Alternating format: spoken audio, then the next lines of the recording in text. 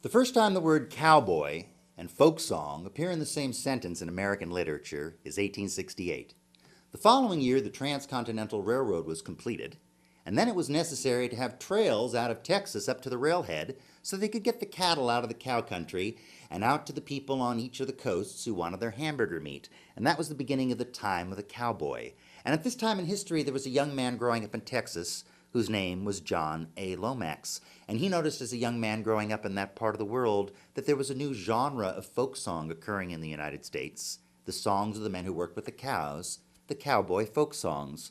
So when John Lomax grew up and he became a professor of folklore and folk music, John Lomax decided that he was going to make one of the first books of cowboy folk songs. So at the turn of the century, he began running advertisements in the newspapers in the San Antonio, Texas area, asking people if they would send in all of their cowboy lore and literature and poetry and songs to publish in the book that he was going to write in 1910, Cowboy Songs and Frontier Ballads, which still, 100 years later, is one of the best books in the library on the subject.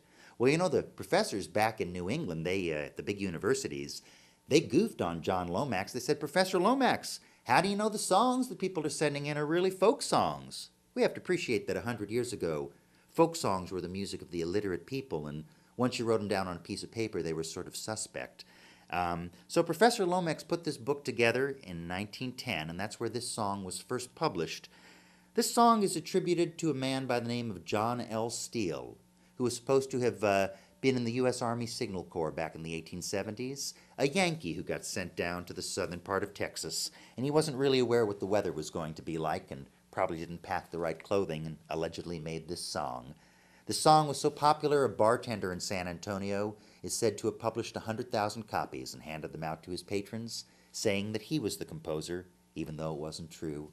It's sort of a religious fable, but it's also kind of a true story. It's the one that they call Hell in Texas.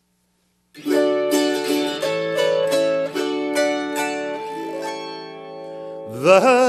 devil in hell, they say he was chained, and there for 1,000 years he remained. He neither complained nor did he groan, but decided to start up a hell of his own, where he could torment the souls of men without being shut in a prison pen. So he asked the good Lord if he had any sand left over from making this great land. And the Lord answered, "Yep, I got plenty of sand, but it's way down south on the Rio Grande. And the truth is, old fella, that stuff is so poor, I doubt if it would do for a hell anymore."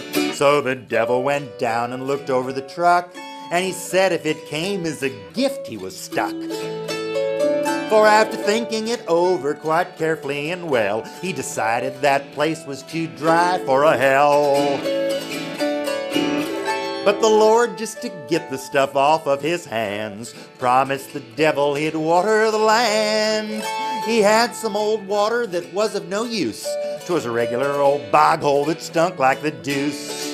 So the contract was signed and the deed it was given, and the Lord, he went back to his spread up in heaven. And the devil said, "Now I have everything needed to make a good hell," and I'll say he succeeded. He sprinkled tarantulas on all the roads, put horns on the cactus and thorns on the toads. He added a foot to the jackrabbit's ears and lengthened the horns on the old Texas steers.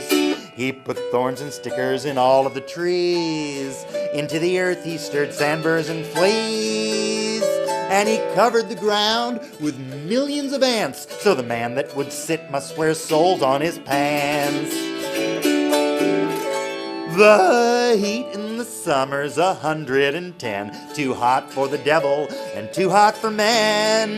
The wild boar snarls in the black chaparral, it's a hell of a place that he's got for a hell. The red peppers grow on the banks of the brook, and the Mexicans use it in all that they cook. Just dine with a vaquero, and soon you will shout, "I've got hell on the inside as well as the out."